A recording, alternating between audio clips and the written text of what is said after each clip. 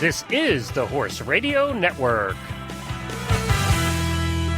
This is episode 139 of the Dressage Radio Show, brought to you with the generous support of Equestrian Collections.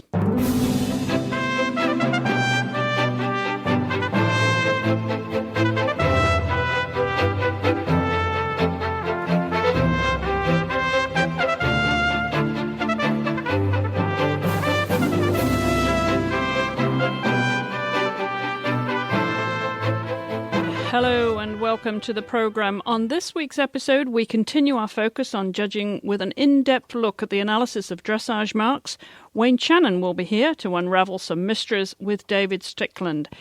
We begin, though, with Horse and Hound's Alice Collins previewing British prospects in this Olympic year right after this commercial break.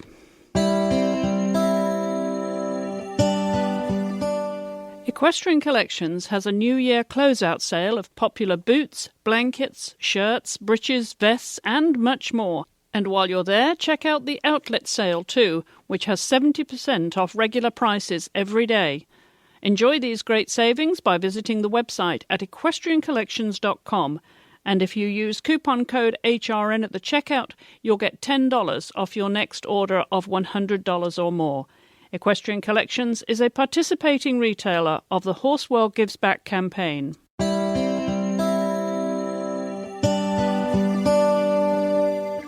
Well, joining me now from London is the Horse and Hound dressage editor, Alice Collins. Alice, welcome back and Happy New Year.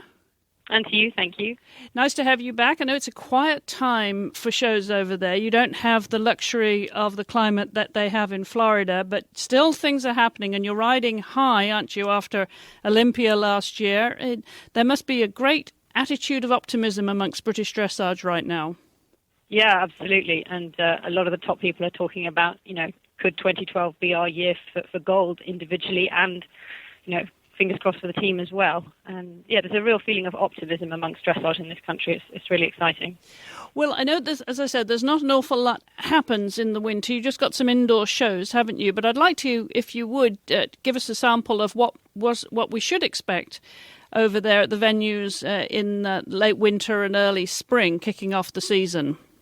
Well, what happens nationally is that we have our seasons divided into two, the Winter Championships and the Summer Championships. And the qualifying classes for the Summer Championships actually start on the 1st of December. So on the 1st of December last year, people started to try and get their qualifications. And what happens here is you have to qualify through regional competitions to a regional championship. And then the winners and the highest place combinations from the regionals go through to the Winters and the Summer Championships. And so at the moment we're in the early phases of the summer qualifying season, and we are just about to go into the Winter Championships, which start in the Winter Regional, which start in the first week of February and go through for about a month after that. Of course, what British dressage is enjoying now is this incredible resurgence at international level, which has a motivating effect, doesn't it, throughout the levels? Yeah, absolutely. And people are starting to think that we can do it. And if you work and you get the horses, then we can be up there with Germany and with Holland as one of the best nations for dressage in the world. It is extraordinary, given the length of my memory, to see British dressage come around the way it has, Alice. We've talked about this before, but, it is extraordinary to think that, the development of the sport is bringing it up to the level, equal to the event riders, because there was always great things expected and delivered with the eventers. But with the dressage now, to be this competitive and be this much, favourite for a medal, at Olympic level is extraordinary, isn't it? Yeah, absolutely. It's all very well, having competitive national championships, but to be up there now on the world stage as well is so exciting. And I think that, Charlotte's going to give pretty much everybody there in Wellington a run for her money this January. Well, I want to talk about that, of course. As I mentioned, Florida is really heating up in every way now. All the dressage riders are down there, and we are going to be welcoming both Carl Hester and Charlotte Dujardin for the Masters at the end of this month. So let's talk about those two rides, because she's riding high off her success in Olympia last year in London, and Carl has a new ride, temporary new ride though. So let's talk about those two. Yeah, that's right. Carl is going to be taking Fiona Bigwood's WEG team horse, V Atlantico, over to Florida. It's quite bold of him. That'll be the first show that he's done with the horse. I understand that Fiona wanted to sell the horse, and it's been with Patrick Kittle at his yard, but it hasn't sold, so she's now decided to keep him, and Carl's going to keep him ticking over, which I think is an understatement for Carl riding your horse. But But I know that Fiona's very excited to be pregnant again, and I think she's planning on returning to competition quite soon after she has her baby.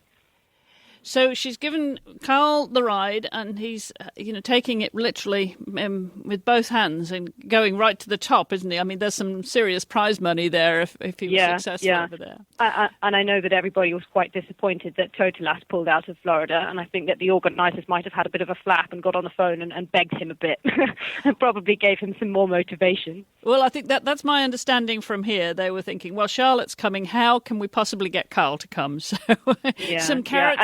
And Charlotte told me at the end of last year that her and Carl were not going to run together at shows so often because they really value each other's help at shows, and they were getting times that were too close together, and therefore they weren't able to help each other up in the warm-up. And so I think that is generally the plan for this year, although that doesn't seem to have quite gone to plan for Florida. Yeah, it's a very good point, isn't it? Especially with them both being so competitive now, and they're going to always be drawn late too, aren't they?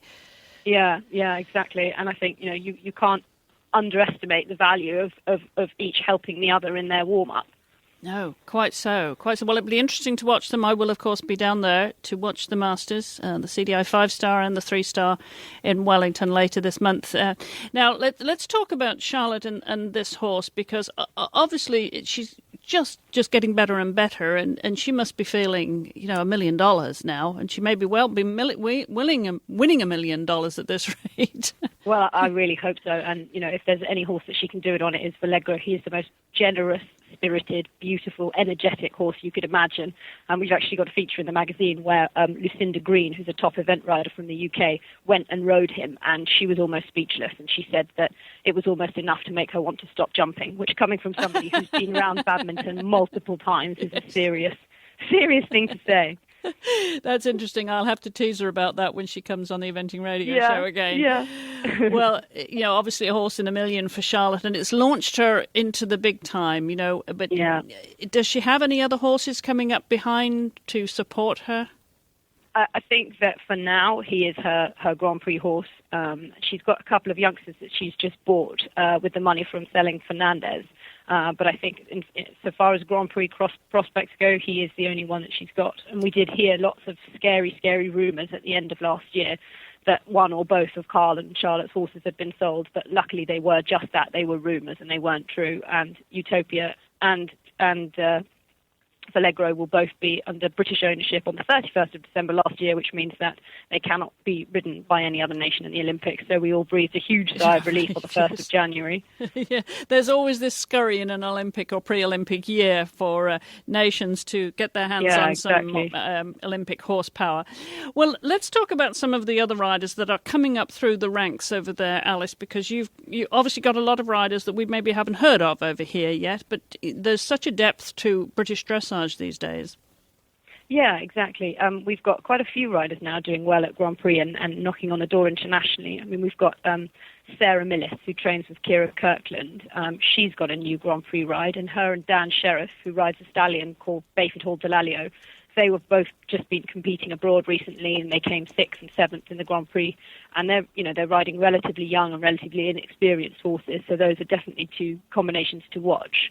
And we've also got Amy Stovald with her lovely Briar horse, McBrien. It's another one, a really, really nice horse, very talented, doesn't have any major weaknesses. But, they're quite an inexperienced international partnership, and so it's just going to be about time for Amy getting the horse, around on the circuit and seeing what she can do with it. It's perhaps, a couple of years too early, the Olympics, for that combination, but definitely one to watch. Who does she train with, Alice? I don't actually know. Okay. So, yes, of course, we've got the season combination of Emile Forêt with Elm Gardens Marquis, who is an unbelievably hot horse. He's by Michelino, which is obviously Laura Bettelsteimer's Alf is also by Michelino. I think that's a sire that you'll see more and more Grand Prix horses from. But yes, he's a very, very hot horse. And then Emil chose not to ride him at Olympia because the horse got quite upset there last year. And I think that he's quite dependent on the atmosphere in an arena and having it not too intense for him. But if Emil can keep a lid on him and find a way of riding him in full power and relaxation, it's a sensational horse. And what will Elf be doing? When you mentioned Elf and Laura Bechtolsheimer, obviously their schedule will be totally focused on the Olympic Games, and we'll have to discuss selection at some point, but let's consider what he might be doing. Do you have a sense of what his outings will be? Is there anything that they have to, any mandatory outings for them in the spring? Well, I spoke to Laura after Olympia last year, and she said that, he's an older horse now. He's in his late teens, I think 17 this year, and he doesn't need to be going to lots and lots of shows. She doesn't need to be putting lots of miles on the clock, and so I think she'll do a couple of shows with him, but her absolute focus is London 2012, and she won't do anything which might jeopardize that. No, quite. What a powerful, potentially very powerful team, isn't it? Yeah, and I don't think it would be fair not to mention Gareth Hughes with Classic Sandman. He's won 2 international Grand Prix this year, and of course we've got Richard Davidson, who's doing very well on the World Cup scene with the lovely Hiscox Artemis. Yes, absolutely. Well, there's a handful of potential team members anyway, isn't there? Right there. Mm. And so, what about young riders? Let's get a sense of what young riders are coming up and any talent there we should be keeping an eye out for. Well, Alice Oppenheimer is continuing to do really well. She's just out of young riders now, but she's a very talented horse producer. They breed and produce the horses themselves under the Headmore Stud banner, which is pretty impressive. And she's 25 or so, and she's already produced a horse to Grand Prix. Although she did actually come off him this week, as she put on her Facebook page, so she wasn't very happy about the start of 2012. But she's a very talented rider anyway. And who else should we be looking out for? Alex Hardwick was also competing abroad recently, and she's got a lovely string of horses. Her and her mother produced them together, and she's another one that's really, really talented rider, and one to watch because I think that she's going to be competing internationally a lot more, and she's got the horsepower to do it as well. Well, lots of horsepower there and talented riders. And, I think it's just going to get better and better over there, isn't it? It must be really exciting for you in your position, Alice, to be watching dressage so closely at this point in its evolution. Yeah, it's wonderful. But also exciting for me is I'm the sport horse editor as well. And we've just had the British Equestrian Federation awards ceremony for that. And Woodlander Stud did very, very well. And I think that we're all very excited to see Woodlander Farouche come out this year and see what she can do, because up until now she's only competed in age classes. And so I think that there's going to be a point to be proved there to show that she is really going the right way up the ladder towards Grand Prix. Mm-hmm. Great. Now, where would be the first competitions you would be heading to cover for Horse and Hound? I think that Lynn is planning on taking her to Videban in France. I don't think she's going to be doing anything in the UK before that. So that'll be early spring. My money's on Farouche. Wherever she goes, whatever she does, my money is on her. I think she's sensational. And how about you? Where will you be going to cover for Horse and Hound? We haven't actually decided the spring schedules yet. There's quite a lot going on internationally, but also, for us in the UK, the regional championships are important. We cater for the grassroots rider as well as top level here. Sure. And so, winning a regional championship for somebody can be as important as winning an international Grand Prix for a professional rider. And so I like to split my time between the two. Absolutely. Well, we cover it all here on the Dressage Radio Show, of course. Now, will you be coming over to Florida? Does Horse and Hound get to send you over to the sunshine? I'm working on it, put it that way. Well, I think you should. With 2 British representatives, that I would have thought justifies it. We'll put a good word in for you, Alice. Thank you. All right. Well, we should mention also that Horse and Hound is now available in digital format on the Horse and Hound's website. So you can be reading Horse and Hound as it comes out in England, wherever you are in the world, by joining the the page over there that we'll put a link to that, and you can sign up for a subscription for hot off the press. Well, hot off the website these days, isn't it? It's marvelous. I know a lot of your readers will be glad of that because they won't have to wait for their copy to drop on their doormat. Well, Alice, thank you very much for the update. We'll get you back here next month, and maybe we'll be talking about some English success in the Florida sunshine. I certainly hope so. All right. Thank you so much. All right. Thanks, Chris. Britain's Wayne Channon is the Secretary-General of the International Dressage Riders Club, and he joins me now. Wayne, welcome back. Well, thank you very much. It's nice to be back. And it's good to have you back because you keep coming up with these wonderful ideas for topics for the show. And this week you've brought along a guest with you, haven't you? Yes, that's David Stickland. I've known David for about 3 years now. And David is one of the most interesting characters in dressage, but not in dressage. Just to give you a little bit of background, David, I met about 3 years ago when he talked to me about via email about a little article I'd written on dressage judging. And it turned out David was a global expert in statistics. He works at CERN in Geneva on the Large Hadron Collider, the nuclear facility there, on assignment from Princeton. So he really is a real live statistician. And it turns out his wife is very much into dressage and has a dressage yard. His daughters ride dressage, and he knows a lot about it. And he's become known. He's practically taken over dressage statistics, and in fact is now known as the man who judges the judges. I'm sorry if I've given you a very difficult introduction there, but it's true. You are the man who knows more about what goes on in dressage at the detail level than anybody else, I'd say. Well, I think you're being very generous, but I enjoy it tremendously. And it sort of puts together the two things that I do, which is one is I love playing with numbers because that's my job, and I enjoy dressage a lot. And along the way, thanks to your introduction to the topic, actually, thanks to your article, I've just enjoyed myself tremendously. And I like to think that I'm sort of making a few contributions to the sport as well, which is one that my whole family is in. Well, you are. You've taught me really what are the facts behind what my feelings were. You know, as riders, we all talk about, I was judged badly, it should have been better there, it should have been different. But in fact, you've put the facts behind that, and you've shown where we were wrong and often where we were right. And you've now given us all really a language we can speak to each other in. Can you, David, I think it'd be very helpful if you explained a little bit about your early work, how you started analyzing dressage scoring and looked at the scoring systems. Right. So as Wayne said, way back, he wrote an article in Euro Dressage, I read it, in fact, about whether or not judges should be using half points, so whether or not there should be half points in dressage tests. And I started to wonder whether or not judges were using the whole points as well as they could now. Were they being limited by whole points? Would they be able to make use of half points if they got them? Or if they could make use of half points, could they make use of 1/10 points or such thing? So I just started thinking about that, and I got hold of.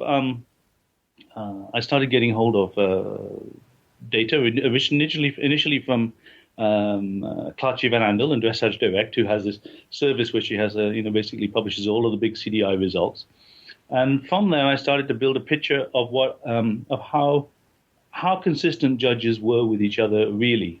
How often they were close together, how often they were apart, how much the standard deviation, the spread of those scores, but differences between the judges was.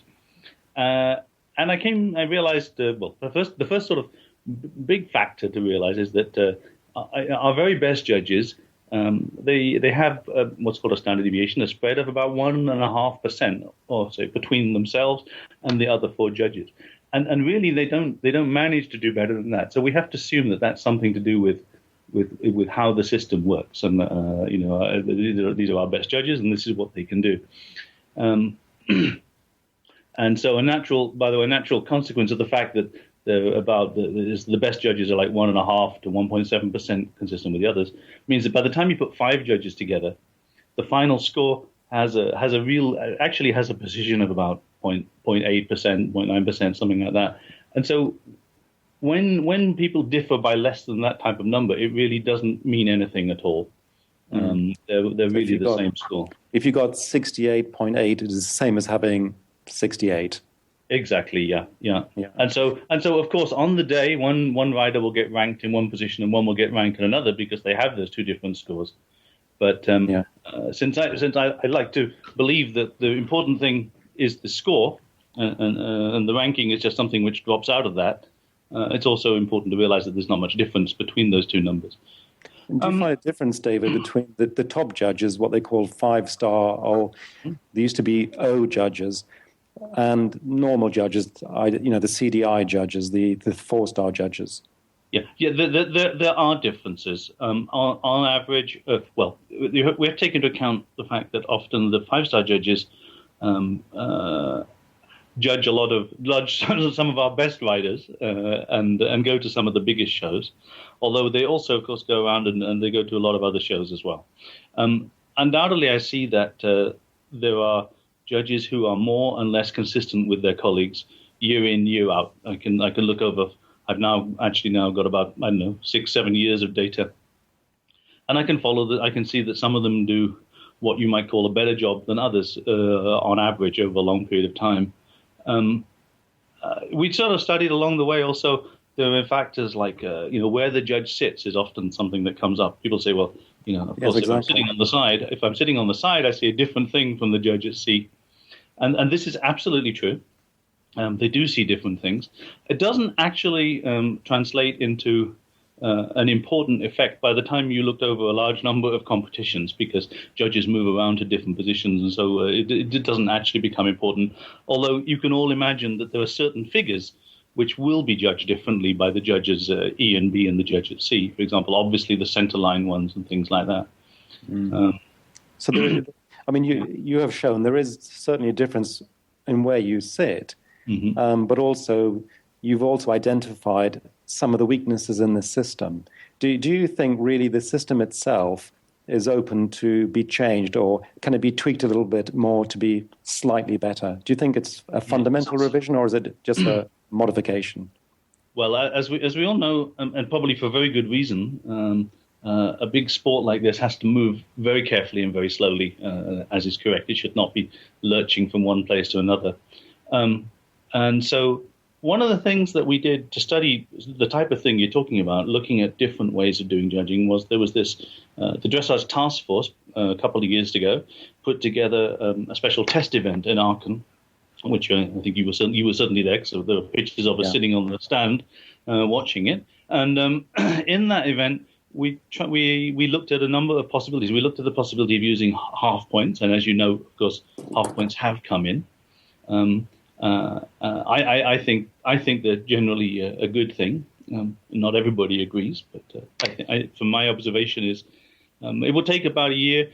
Actually, with this year's data, we can start to study. We have now a whole year's data with half points, and I will now shortly start to study whether or not it's what sort of changes it has made. One of the interesting comments I've heard on half points is I've seen since they've come in, the average scores do seem to have increased, but a lot of riders said, my scores are even worse than they used to be.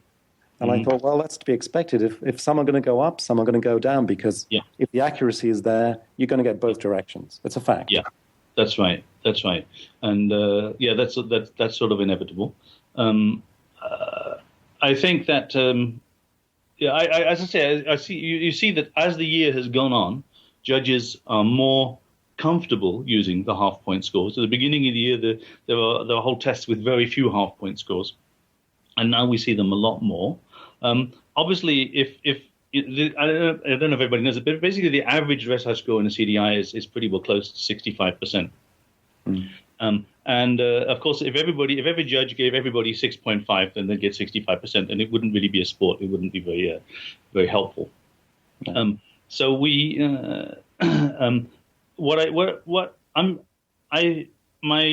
my estimate is, but I really want to do the numbers more, is that judges are going basically up by a half point about as often as they go down. I think, in fact, they're more likely to go up than they are to go down.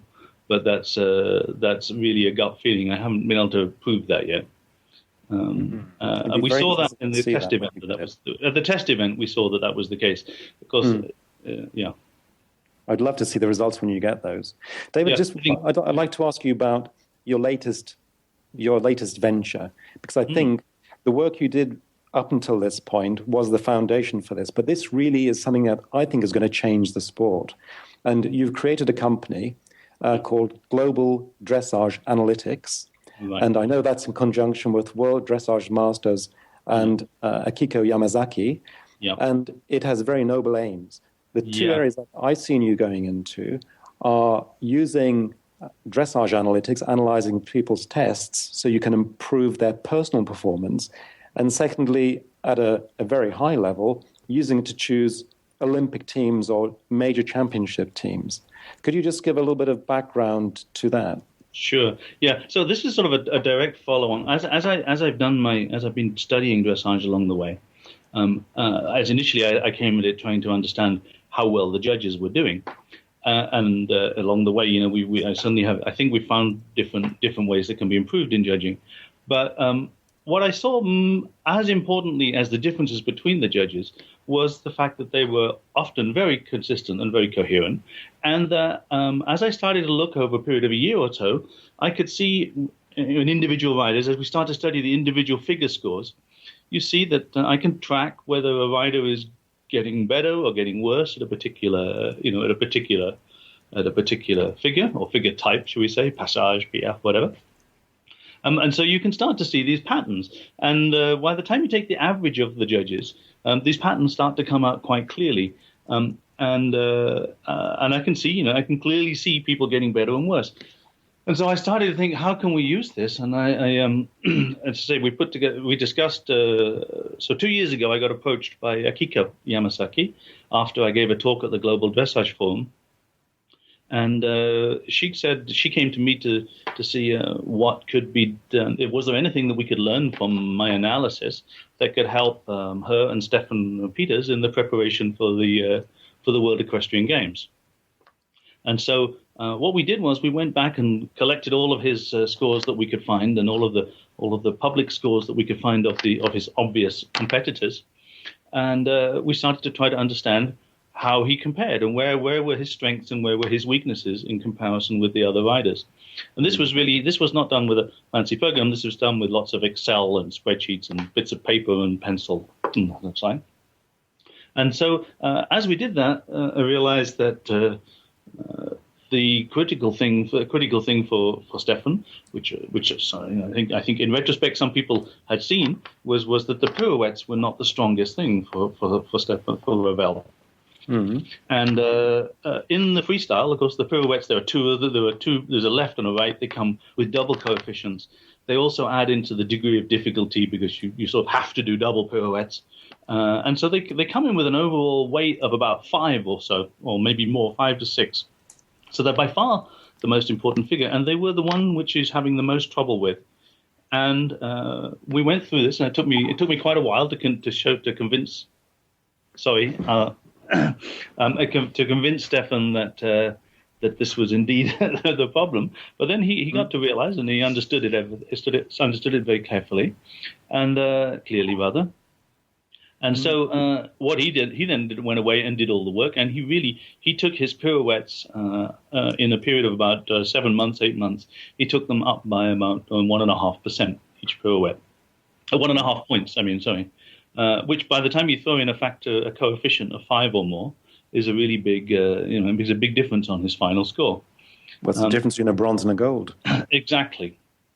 And so that was fun, and that caused me to sit back and think, well, if we can do this for Stefan, what about other people? So I then I had then already turned to look at my own the other end of the spectrum. My youngest daughter, who was then 12, and still is 12 actually.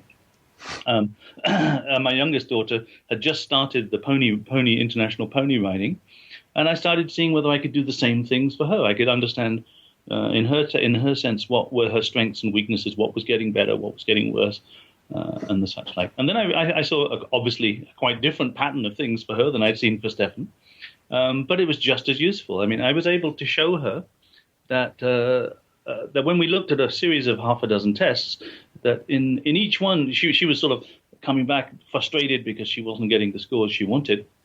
But in fact, I showed her that in each one it was a different thing that wasn't working properly, and that if we looked at the best things she did in each test and put them together, then in fact, she and the pony, if they could pull it all together on one day, were capable of a 68% instead of the 63s and 62s that she was getting. And that was a very encouraging thing, I think, for her to realize what was possible. And then about 6 months after that, she put it all together, and the pony did exactly that, and she didn't make the mistakes. And so I thought, wow, this actually has some benefit. So what we put together, just to throw in, I was speaking to Dane Rawlins today, who I know you met last week at the show in Drachten. Yeah. And he said exactly the same thing, but in the opposite way. He comes back from a show. Dane, by the way, is an international dressage rider competing for Ireland and runs Hickstead, the international CDI 5-star at Hickstead, England.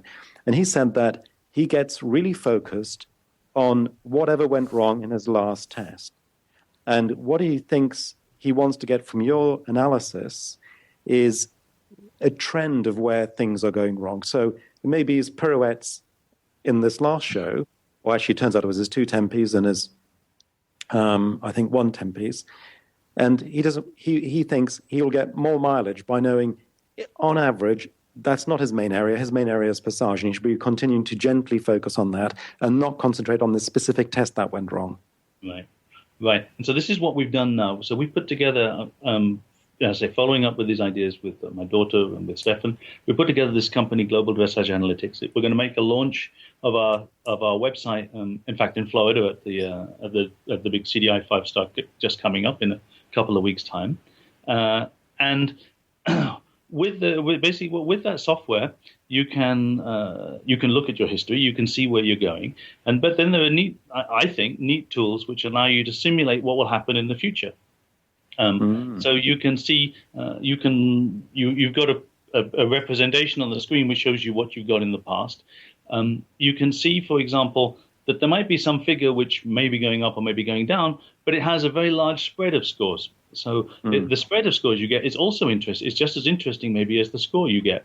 Because if you have a large spread, it means that you haven't really mastered this one. Sometimes you can do it really well, but unfortunately, there are times when it doesn't come together properly. And so this can sort of point you towards the figures where there's potentially, inverted commas, easy progress to make. It isn't necessarily easy. It may be 6 months work or 9 months work you've got to do. But for me, I think if I knew that, if I knew that, I would say, right, if I can sometimes get an 8, but sometimes I get a 5, I probably can get an easy 7. I'd back off going for the 8 until I got the 7 consistently. Right, exactly. Exactly. Your averages.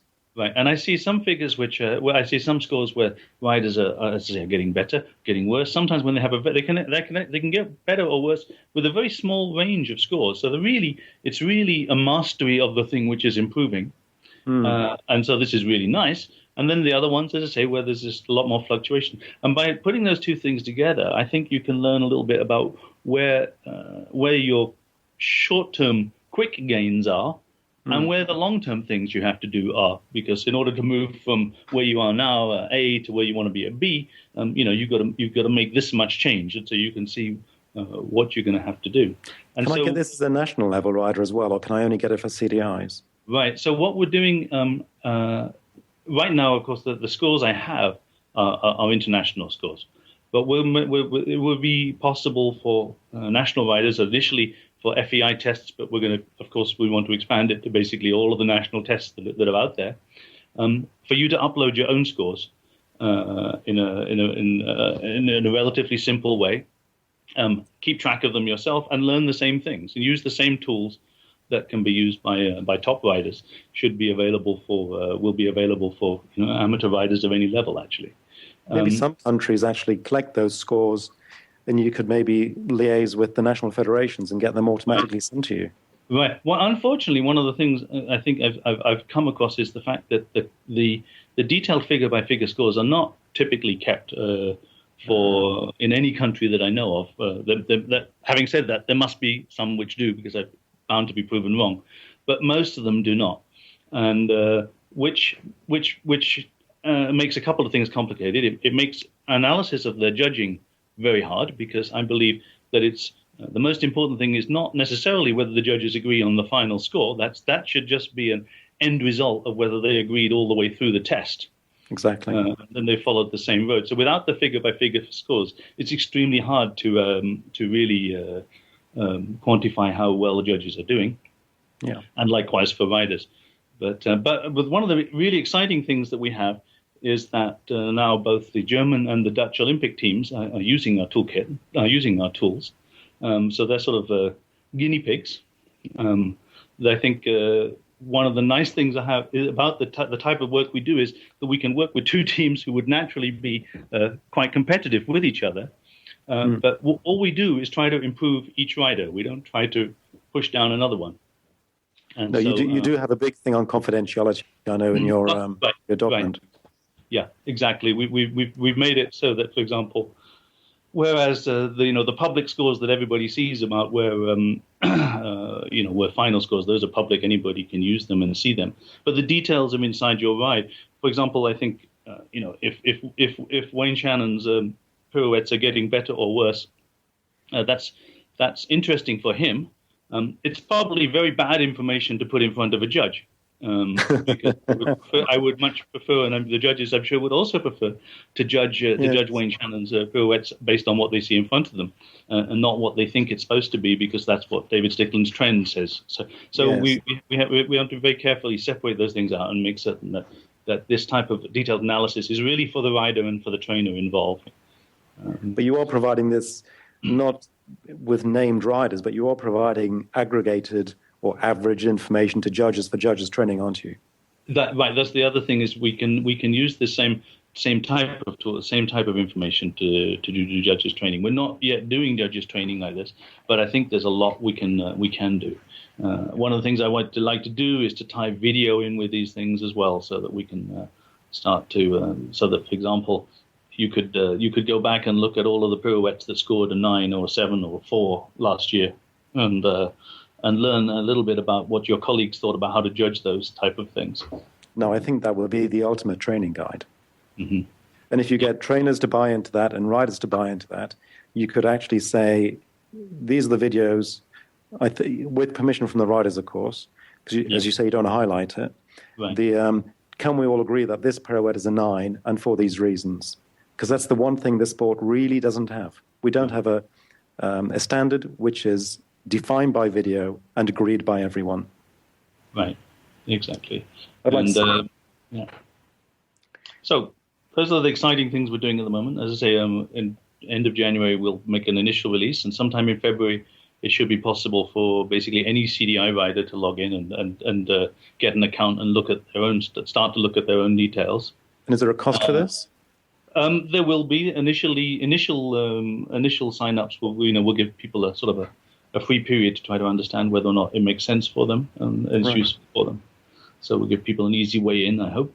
Obviously, the big national Olympic teams are paying for this. It takes some effort to put together, and we've got a lot more things we want to do. Actually, we've got a lot more ideas still to come. So we have to cover our expenses. But, this could be the first year that Olympic teams are selected using professional data analysis tools.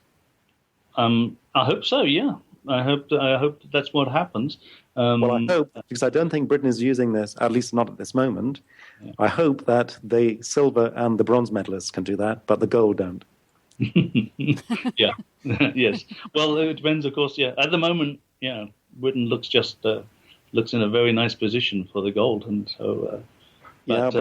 But my view is, and if Britain is listening, then, and I would certainly push this to them, this is something that I think Britain has to be at the forefront of. We have to take advantage of these things. And the information that we will get, not only to help selectors, but to help individual riders improve their average score, it's gold dust. We have to invest in this. It's peanuts. The cost of doing it is peanuts compared to the return. I think so too. And obviously I have an interest in saying that, but I think it's true. One of the Sorry, I lost my thread. Go ahead. Yeah. Yeah. Well, I think that's it. I think I'm very impressed, and I like this whole idea. I think it's nice that we have an objective way of measuring what we do, not only for riders but also for the judges. Because I know all the judges who've seen this approach like it.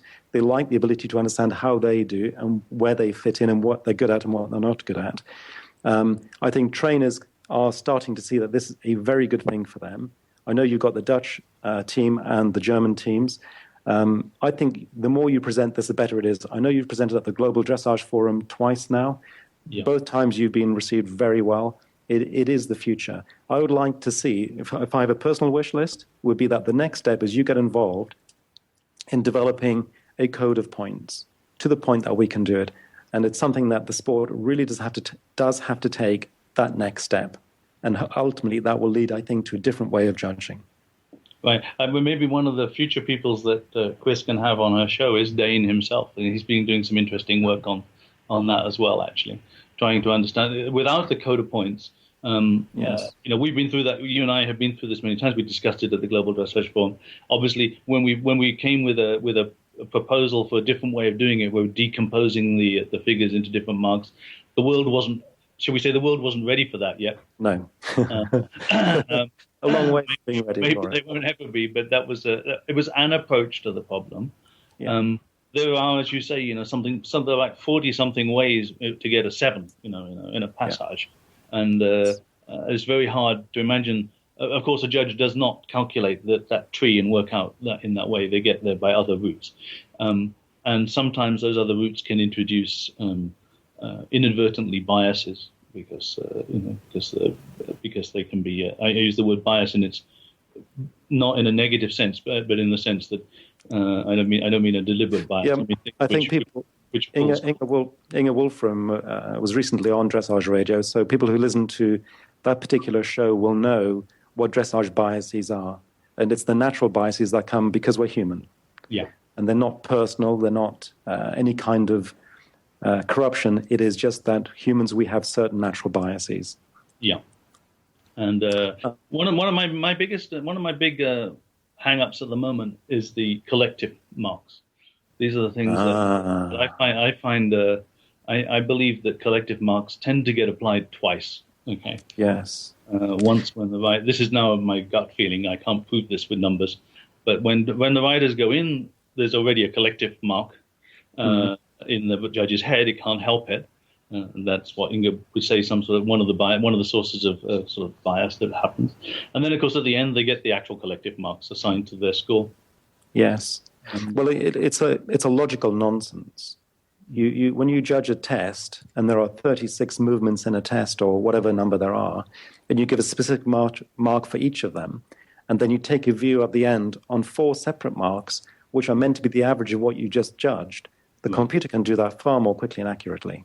Right. If it was something different, for instance, if the position and use of the aids, position of the rider and use of the aids was really separately judged, and so you said, well, this rider is sitting very beautifully, they're upright, their hands don't move, they look as though they're really in tune, that would be different. But we don't. We say, right, that rider got a 75% test, that's a 7.5 or an 8 for that rider. And this is just marking the same thing twice. It's pointless. Yeah.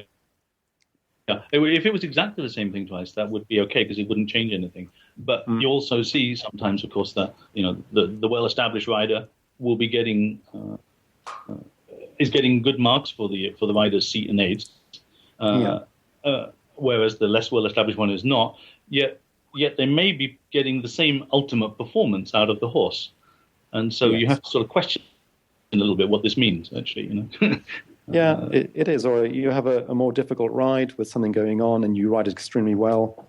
Your test was only 62%, but actually you performed it really very well. Maybe that's a 7.5. Right. Or maybe more. I don't know. But the point is it should be different. Otherwise, there is no point having it. Right. So and it's the same with the other collective. And I do see, I think you're right, that when a horse comes into the arena and you look at its trot and then its canter and its walk, you're giving a mark to the quality of that particular pace. And if it has a trot for an 8, and if it performs very well, the movements, then you'd be giving those 8s. If it performs it badly, you'd be dropping down. However, what you won't do is take a horse with a trot for a 6, and suddenly see a beautiful shoulder in and give it an 8. That doesn't exist. Right. So, Right. in a sense, this is another thing, really, I think another big issue in the sport. Do we judge correct training correctly? Or do we judge the movement of the horse by far and away more important than the correct training? And I think, Chris, if that's a subject you want to bring up in a future debate, it would be one well worth having, because it affects how we breed horses and what kind of horses we breed and how we judge them. Most definitely, and I think this is a natural follow-up to this conversation, and indeed the ones we had with Inga recently. So I think this is all helpful, because not only does it affect the top-level horses, it affects people at the lower end of the sport, where the majority of our listeners are, of course, around the world. Yeah, it does. At the bottom, not the bottom, at the starting point, all of our young horses, almost as a 3-year-old, they look as though they're Grand Prix. And are we breeding the right type? So many are not strong enough to make it to the top. So are we doing something wrong? Are we expecting something? And I think this is a debate. I don't know the answer. I think this is something that maybe it would be a good subject for Kira Kirkland to come on and discuss that, because she has very clear ideas, having run the Swedish national stud at Flinga, and has trained many international horses. And I know the conversations I've had with her, she has a very particular view about that. And I think if you want to do a conversation on that would be something we'd be very interested in. Certainly open to that, Wayne, and indeed having Dane on as well to continue this series of very thought-provoking conversations. Well, I want to thank you, David, very much indeed for sharing what you're doing with us, and wish you well with the global dressage analytics, and perhaps we can catch up with you after the Olympics and see how it has all panned out. Yeah, well, I hope that when the Germans and Dutch catch up with me, they're happy people. So that's yes, true. Indeed. Yes, I hope they're catching up with you to buy you a drink, not after your scalp. Yes, exactly. Yeah, as opposed to any other reason. By the way, may I just do one, if I have 30 seconds more? Certainly. You were talking about the fact, of course, that many people in dressage are not out there riding CDIs. They're enjoying themselves, but nevertheless trying to do better and better each week on their own horses.